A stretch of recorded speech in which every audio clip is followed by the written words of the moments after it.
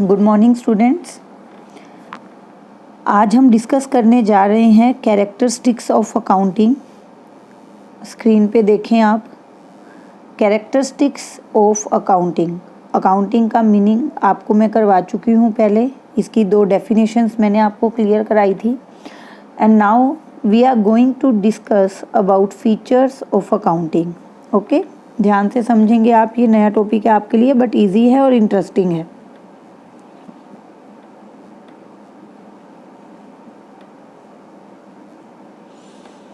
First point है हमारे पास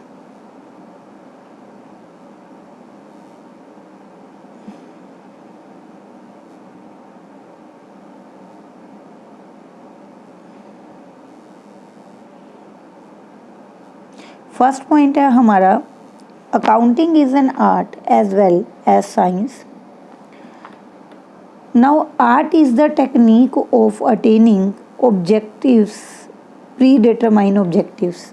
art क्या होता है? आर्ट एक टेक्निक होती है जिसमें आप अपने ऑलरेडी जो डिसाइडेड किए हुए ऑब्जेक्टिव्स होते हैं उनको अचीव करते हो। Accounting is an art of recording, classifying and summarising transactions with a view to ascertain the net profit and financial position of business enterprise.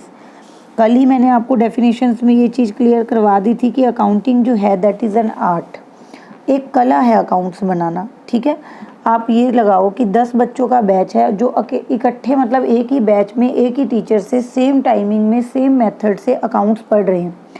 But जब एक्चुअली में वो अकाउंट्स बनाएंगे तो सबका जो तरीका होगा अकाउंट्स प्रिपेयर करने का वो अलग होगा। मेथड सेम है, ठीक है जी, टाइप ऑफ अकाउंट सेम रहेंगे, जो रूल्स हैं वो सेम रहेंगे, बट आप सबकी प्रेजेंटेशन, राइटिंग, अपना जो तरीका है उस अकाउंट्स को बनाने का, उसको प्रेजेंट करने का, वो सबका अलग रहेगा। तो इसीलिए क्या बोला जाता है कि अकाउंटिंग एक आर्ट है, एक कला है। ठीक है, डांस करना आप सबने सीखा या म्यूज़िक बजाना आप सबने सीखा, इट डज़ नॉट मीन कि आप सेम वे में पॉपुलर होगे। ठीक है, वो फेम नेम सबको एक जैसा ही मिलेगा, सबको बराबर की कमाई होगी, सबको गुडविल जो है वो बराबर बनेगी सबकी, ऐसा ज़रूरी तो नहीं है ना। हम एक साथ सीखते हैं सेम टाइमिंग में, सेम मेथड से, सेम टीचर से, बट जो हमारा काम करने का तरीका रहता है वो बाकी बच्चों से अलग रहता है। यही तो कला है, यही तो आर्ट है। जो आर्ट है वो एक पर्सनलाइज्ड स्किल मानी जाती है जो पर्सन टू पर्सन डिफर होती है। हर बंदे का काम का जो तरीका होता है वो सामने वाले पर्सन से, सेकंड पर्सन से अलग होता है। अकाउंट्स में सेम बात अप्लाई होती है कि अकाउंटिंग भी एक आर्ट है। आप कैसे अपने अकाउंट्स को क्लासीफाई करते हो, आप कैसे उसे रिप्रेजेंट करते हो, ये आपकी स्किल्स हैं और आपकी स्किल दूसरे पर्सन की स्किल से अलग रहने वाली हैं। There is no doubt for that. तो अकाउंटिंग एक आर्ट तो है, एज वेल एज वो बोल रहे हैं अकाउंटिंग साइंस भी है। ठीक है, साइंस क्यों है? Because any organised body of knowledge which is based on certain principles is called science. Science क्या है? साइंस एक ऐसी नॉलेज है जो कुछ प्रिंसिपल्स पे बेस्ड है, जिसका वेरिफिकेशन पॉसिबल है। ठीक है, लैब टेस्टिंग पॉसिबल है, वो सब क्या है? साइंस है। मतलब एक ऑर्गेनाइज्ड बॉडी ऑफ नॉलेज। जब आपको एक पर्टिकुलर नॉलेज पहले मतलब लेनी पड़ती है, ठीक है, आप उस चीज़ को वेरीफाई कर सकते हो, आप उस चीज़ की लैब टेस्टिंग कर सकते हो, आप उस चीज़ का एक्सपेरिमेंट कर सकते हो, वो साइंस है बड़ी। In this respect, accounting is also a science since it is also an organized body of knowledge based on principles and standard. Accounting भी साइंस है because it is also based on some defined principles, rules, जो आगे वाले chapters में definitely हम पढ़ेंगे। सो I hope कि first point यहाँ पे आप सबको क्लियर है। फर्स्ट पॉइंट पे मैंने आप लोगों को बताया कि जो अकाउंटिंग है that is art as well as science. Art इसलिए है बिकॉज ये एक पर्सनलाइज स्किल है।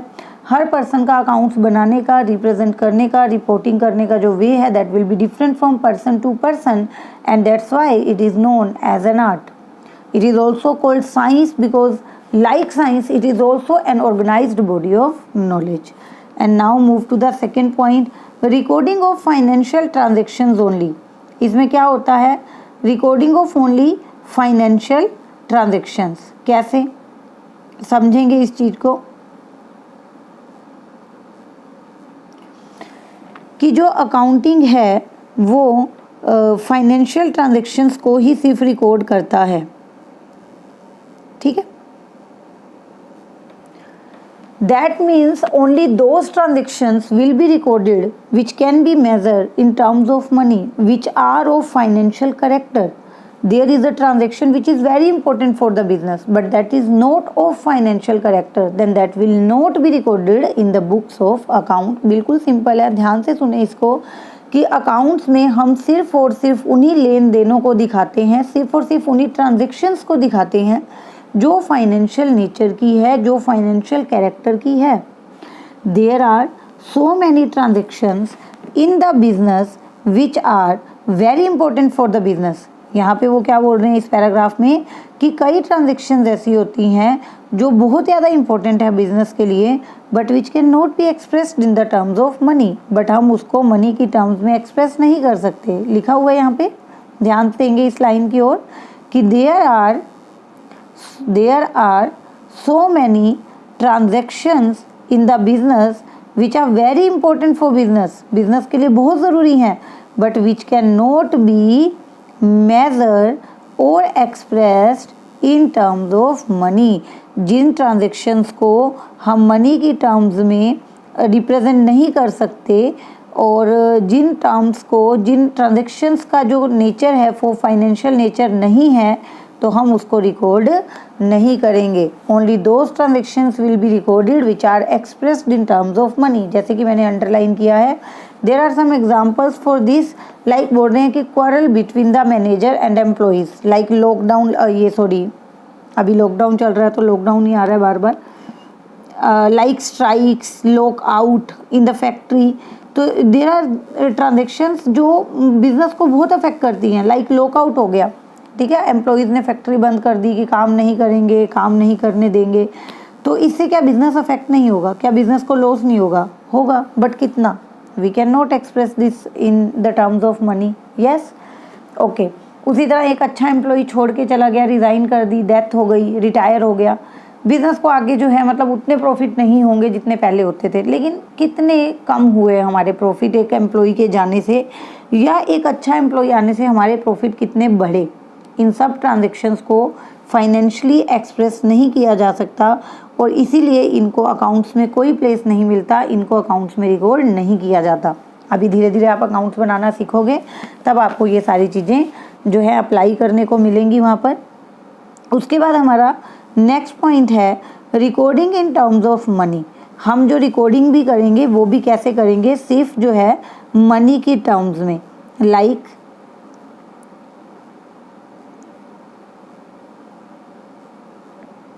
लाइक हम अकाउंट्स में सिर्फ उन्हीं ट्रांजेक्शन्स को लिखेंगे जो मनी की टर्म्स में है। अगर कोई ट्रांजेक्शन मनी की टर्म्स में नहीं है हम उसको नहीं लिखेंगे। फॉर एग्जांपल, हमने बिजनेस में 5 चेयर्स लेके आए या 10 टेबल्स लेके आए, ओके, या 1 हैवी मशीनरी लेके आए, तो हमारे पास इनका मनी की टर्म्स में कुछ भी नहीं है। हमें ये तो पता है कि जी 5 चेयर्स हैं, 10 टेबल्स हैं, 1 मशीनरी है, पता है हमें, बट कितने की 5 चेयर्स हम लाए, बट कितने की लाए?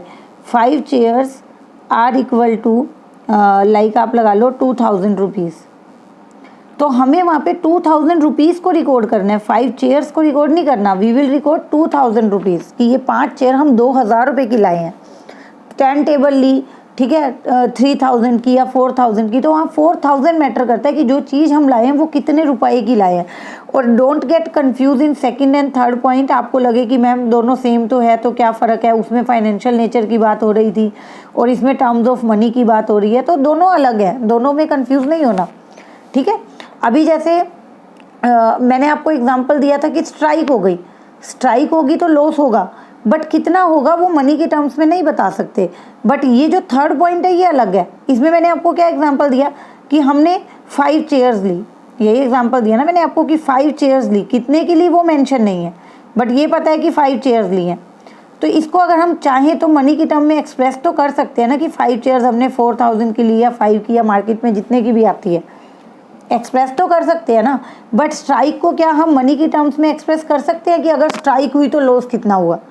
नहीं ना। तो सेकंड और थर्ड पॉइंट दोनों एक दूसरे से अलग है। सेकंड में हमें ऐसे एग्जांपल्स देने थे जो मनी के टर्म में कभी एक्सप्रेस हो ही नहीं सकते। एक अच्छे एम्प्लॉय का काम को छोड़ के जाना या एक अच्छे डेडिकेटेड एम्प्लॉय का कंपनी को ज्वाइन करना, लॉकआउट हो जाना, स्ट्राइक हो जानी, आग लग जानी, ठीक है। आग लग जाना आई थिंक इसमें हमने नहीं लेना चाहिए, ठीक है, क्योंकि उसमें तो एग्जैक्टली हमें पता चल ही जाता है ना ऑलमोस्ट कि लॉस कितना हुआ।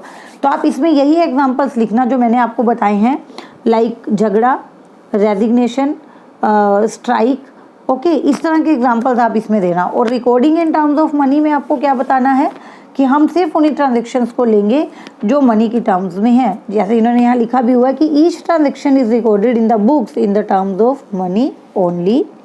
If a businessman purchase 200 chairs and 10 tables, their value in term of money will be recorded in the books. हमें मनी की टर्म्स में वैल्यू चाहिए, अगर मनी की टर्म्स में वैल्यू नहीं है तो हम रिकॉर्ड नहीं करेंगे, ओके। तो इतने ही फीचर्स आपको यहाँ समझाए हुए हैं। आई होप कि आपको अकाउंटिंग का एटलीस्ट मीनिंग धीरे धीरे समझ आने लग गया होगा। काफ़ी ही थोड़ा थोड़ा मैं कवर कर रही हूँ ताकि एक नया सब्जेक्ट है ये आपके सामने 10th के बाद, ठीक है। 10th तक ऐसा कुछ नहीं था, साइंस होती है बच्चों के पास, आगे उसका एडवांस लेवल आ जाता है, मैथ्स होता है 10th तक बच्चों के पास, आगे वो भी थोड़ा सा लेवल बढ़ता जाता है। बट अकाउंट्स, बिजनेस स्टडीज़, ये ऐसे सब्जेक्ट्स हैं जो आपने 10th तक कभी पढ़े ही नहीं, ठीक है। तो इसीलिए मैं थोड़ा सा इसके बेस पे ज़्यादा फोकस कर रही हूँ कि अकाउंटिंग का एटलीस्ट एक बार बेसिक्स आपको समझ आ जाए कि क्या करने वाले हो आप इसमें, किस तरह के अकाउंट्स बनाने वाले हो, किस तरह की ट्रांजेक्शन्स के अकाउंट आप बनाने वाले हो। और बहुत जल्दी, बस अभी हमारे 3-4 लेक्चर्स और होंगे और आपके बाद इसको जो है इंट्रोडक्शन आपको क्लियर हो जाएगा अकाउंट्स का, ओके। तो तब तक के लिए आपको ये सारे पॉइंट्स जो हैं वो रिवाइज भी करने हैं। Accounting is an art as well as science. Second, recording of financial transactions only. And the third one is recording in terms of money. ये सभी पॉइंट्स आपको रिवाइज करने हैं, अपने खुद के नोट्स बनाने हैं और मुझे अपना फीडबैक देना है, okay student. Thank you so much.